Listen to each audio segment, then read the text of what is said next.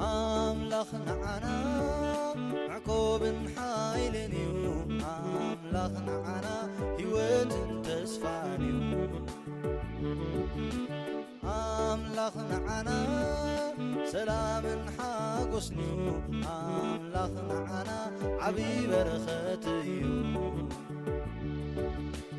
أملاخنا من الله زودادرو أملاخنا من الله زمساسلو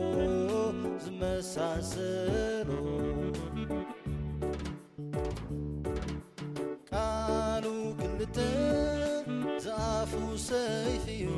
قالوا بزا معر ودرائيو قالوا كل جزي سروي قالاتيو قالوا نعنا عبيب الصنانعيو أملاخنا من الله زودادرو أملاخنا من الله زمساسلو بسم ابن ولدن منفس قدسن حدا أملاخ أمين زيابير أملاخنا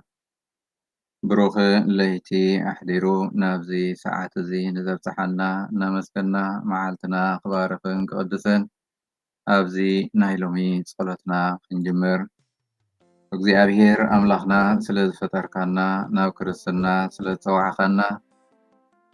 በብዓይነቱ ክሁድን ስውርን ረድኤት ስለዝሃብካና በዛ ለይቲ እዚኣ ሓሊኻ ክሳብ እዋን እዚኣ ስለዘብፃሕካና ነመስግነካ ኣለና። ጎይታ በዛ መዓልቲ እዚኣ ክሕዝነካ ካብ ዝኽእል ኩሉ ሓሊኻ በቲ ዓብዪ ሕያውነትካን ምሕረትካን ንዓኻ ብዝሕጉዝ ፅቡቅ ግብራይ ከም ንገብር ገብረና።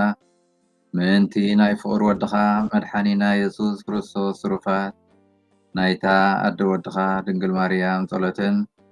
ናይ ሓለውትና ኩሎም መላእኽቲ ኣማልድነትን ስጋ ዝለበሰ ዘለኣለሙ ቃልካ ዘምሃረና እናደገምና ናባኻ ንቐርብ ኣለና። ኣቦና ኣብ ሰማይ ትነብር ስምካ ይመስገን፣ መንግስትኻ ትምጻእ፣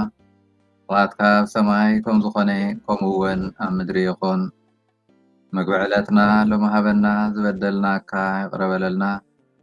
ንሕና እውን ንዝበደሉና ይቕረ ከም እንብል፣ ኣብ ፈተና ይተእትወና ካብ ክፉ ኣድሕነና። ከመይ መንግስትን ሓይልን ክብርን ዘለኣለም ናትካ እዩ ኣሜን። ሰላም ንዓኺ ኦ ማርያም ጸጋ ዝመልአኪ እግዚኣብሔር ምሳኺ እዩ። እንካብ ኣንስቲ ዝተባረኪ ኢኺ ናይ ከርሥኺ ፍረ ኢየሱስ ከዓ ዝተባረኸ እዩ። ኦ ቅድስቲ ማርያም ኣደ ኣምላኽ ለምንልና ንዓናን ንሃጣን ንሕጂን ብጊዜ ሞትናን ኣሜን። ስብሃት ንኣብን ንወልድን ንመንፈስ ቅዱስን ይኹን በእንቲ ከም ዝነበረ ሕጂ ከዓ ንወትሩ ንዘለዓለም ዓለም ኣሜን። እንካብ ወንጌል ሉቃስ ምዕራፍ 7 ካብ 32 35 ነቶም ኣብ ዕዳጋ ዝቕመጡ እሞ ንሓድሕዶም ተፀዋዊዖም እምብልታ ነፋሕናልኩም ኣይሳዕሳዕኹምን ኣልቀስናልኩም ኣይበኸኹምን ዝበሃሉ ቆልዑ እዮም ዝመስሉ። እንጌራ ዘይበልዕን ወይኒ ዘይሰትን ዮሃንስ መጥምቕ እንተመፀ ጋኒን ኣለዎ ትብሉ፣ ዝበልዕን ዝሰትን ወዲ ሰብ እንተመፀ ከዓ እንሆ በላዕን ሰታይን ወይንን ፈታዊ ተቐበልቲ ቐረፅን ዓጥዓንን ትብሉ፣ ጥበብ ግና ብኩሎም ደቃ ረትዐት። خبركم أحواتن أحاتن እግዚአብሔር አምላኽና ሎሚ እውን በዛ መዓልቲ እዚኣ ነዚ ብርሃን እዚ ኣብ ጸልማት ናብ ብርሃን ሳገረና እናመስገና በዚ ቃል እዚ ገይሩ ከዓ ንነፍሲ ወከፍና ክበፅሓና ይደሊ። መድሓኒና ኢየሱስ ክርስቶስ ብዙሕ ተኣምራት ይፍፅም። ኣብ ቅድሚ ኣሕዛብ ምሕረት ሰማያዊ ኣቦኡ ይገልጽ። ኣብ ቅድሚ ኣይሁድ ከም ሓደ በዓል ስልጣን ይዛረብ። ብዙሓት ነዚ ተኣምራታት ሪኦም ስጋዊ ሕውየት ሪኦም ይስዕብዎ ነበሩ። ስለዚ እግዚኣብሔር ኣምላኽና ዝምሕር ዝፍውስ ኣምላኽ ምዃኑ ፈሊጥና ንሕና እውን ኣብ መዓልታዊ ህይወትና ናብኡ ክንቀርብ ሓቀኛ ለውጢ ወይ ንስሓ ክገብሩ ግና የጸግሞም ነቲ እግዚኣብሔር ዝገብረሎም ዝነበረ ስጋዊ ነገራት ክቕበልዎ ተረኺቡ ነቲ መንፈሳዊ ነገራት ግና ክነጽግዎ ይረአዩ። ስለዚ መድሓኒትና ኢየሱስ ክርስቶስ ነቲ ባህርያቶም ርእዩን ተዓዚቡን እምበኣር ንሰብ ዝወለዶ እዚ ብምንታይ ክምስሎ እየ ንመን ከይመስሉ እናበለ ብዘይ ምእማኖም ብዘይ ምልዋጦም ብቆልዑት ክምስሎም ዝርከብ ሎሚ እውን ንዓና ነዘን ቃላት እዚኣተን ይደግመልና። እግዚኣብሔር ኣምላኽና ሎሚ እውን እንተኾነ ኣብ መንጎና ብመንገዲ እታ መርዓቱ ዝኾነት ቤተክርስትያን ዘድልየና ጸጋታቱ ይዕድለና ምስጢራቱ ብምስራዕ ካብ ሓጢኣትና የንጽሐና ምሕረቱ ይልግሰልና መዓልታዊ ፍላይ ሰንበት ሰንበት መኣዱ ምስራዕ ንዑ ብልዑ ስተይ ህይወት ክትረኽቡ እናበለ ይዕድመና ነቲ ኩሉ ዝገበረልና ሰናይ ብምዝካርን ብምርኣይን ከዓ ንክርስቶስ ጎይታና ክንስዕቦ ኣብ መዓልታዊ ህይወትና ክንልወጥ ንዕደም ነቲ ዝገበረልና ናይ ለውጢ ናይ ድሕነት ዕድመ ልባትና ከፊትና ክንቅበሎን ክንስዕቦን የድሊ እዚ ምስ ዘይንገብር ግና እግዚኣብሔር ኣምላኽና ሎሚ እውን ንነፍሲ ወከፍና ዘቐዲምና ሰማዕናዮ ቃላት የስማዓና እምበኣር ንሰብ ዝወለዶ እዚ ብምንታይ ክምስሎ እየ ንመንከ ይመስሉ ነቶም ኣብ ዕዳጋ ዝቕመጡ እሞ ንሓድሕዶም ተፀዋዊዖም እምብልታ ነፋሕናልኩም ኣይሳዕሳዕኹምን ኣልቀስናልኩም ኣይበኸኹምን ዝበሃሉ ቆልዑት እዮም ዝመስሉ እምብልታ ነፋሕናልኩም ኣይሳዕሳዕኹምን እግዚአብሔር ኣምላኽና ብዝተፈላለየ መንገዲ ቃላቱ ይዘርእ ምስጢራቱ ሰሪዑ ይዕድም ድሕነት ዘለዓለማዊ ህይወት ይውጀልና ስለዚ ነዚ ሸለል ከይንብል እዚ ናይ ሎሚ ቃል ኣምላኽ ይዕድመና ኢሳይያስ ምዕራፍ 5:4 ነተኸልቲ ወይነይ ሓለፋእቲ ኣነ ዝገበር ኩሉ እንታይ ኮን ምተገብረሉ ነይሩ ዘቢብ ፍሪ ኢለ እናተጸበኽዎ ስለምንታይ እዩ መጺት ፍረ ዝፈሪ እግዚአብሔር ኣምላኽና ምእንቲ ንሕና ናጽነት ክንረክብ ካብ ሓጢኣት ክንነጽሕ በቲ ሓደ ወዱ ብምልኣክ ካብ ሞት ናብ ህይወት ኣሳጊርና ካብ ጥፍኣት መንገዲ ናብ ትቕኑዕ መንገዲ እውን መሊስና ስለዚ እግዚአብሔር ኣምላኽና ካብ ነፍሲ ወከፍና ናብ ቅድስና ክነምርሕ ፍረ ክንፈሪ ይደሊ ስለዚ መዓልታዊ ምእንቲ ፍቕሪ ኣምላኽ ኢልና መንፈሳዊ ተጓድሎ ክነዘውትር ይግባአና ዝፀውዓና ኣምላኽ ቅዱስ እዩ እሞ ንሕና እውን ቅዱሳት ክንከውን የድሊ ንፀዋዕታ ኣምላኽ ንሕሽኽታ ኣምላኽ ፀኒልና ክንሰምዕ የድሊ መደብ ኣምላኽ ኣብ ህይወትና ንክንፍፅም ክነፍቅድ የድሊ ነቲ ዝተቐበልናዮ ፀጋ ኣምላኽ ኮንቲ ኮይኑ ከይተርፍ ክንሰርሕ እቲ ሓቀኛ እምነት ዝገልጽ ኣብ ተዓሚቕ ዝኾነ ናይ ልቢ ውሽጣዊ ንስሓ ምስ ንገብር እሞ ናብ ንስሓ ቀሪብና ምስቲ ሰማያዊ ኣምላኽና ተሓሪቕናን መንገዲ ቅድስና ንስዓብ ነዚ ከዓ ኣምላኽ ብኣማልድነት እኖና ቅድስት ድንግል ማርያም ንነፍሲ ወከፍና ክሕግዘና ኣብ መዓልታዊ ህይወትና ክንጽልን ክንልምንን የድሊ ንኽነምልኾ ዝፈጠረና እግዚአብሔር ምስጋና ይኹን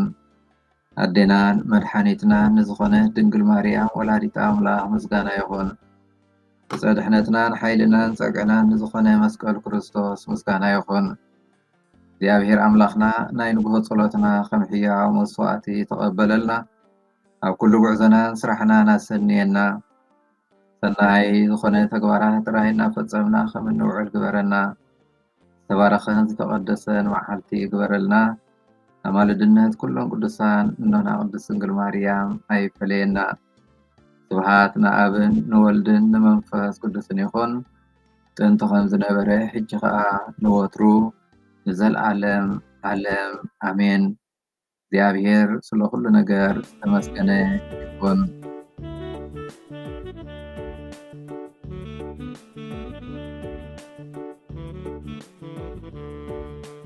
ኣምላኽ ንዓና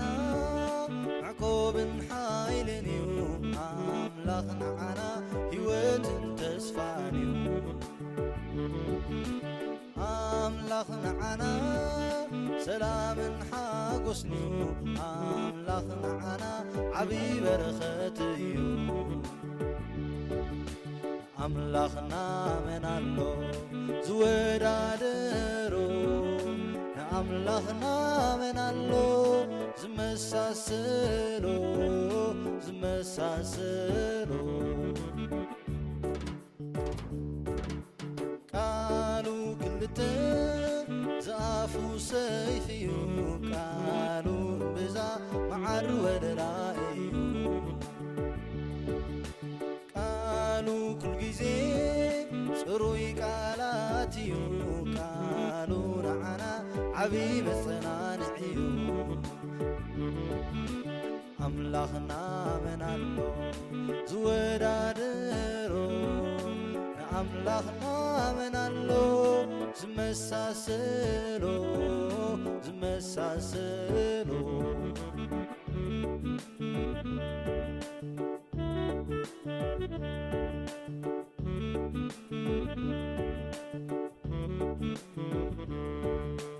ሓቂ ጎይታ ንዓና ደሊኻ ንዓና ንሓጣን ክጽውዕ መጺካ ክንደይ የፍቅር እቲ ልብኻ ከምዚ ዝበለ ዓብይ ኣምላኽ ኢኻ ኣምላኽና መን ኣሎ ዝወዳደሮ ንኣምላኽና መን ኣሎ ዝመሳሰሎ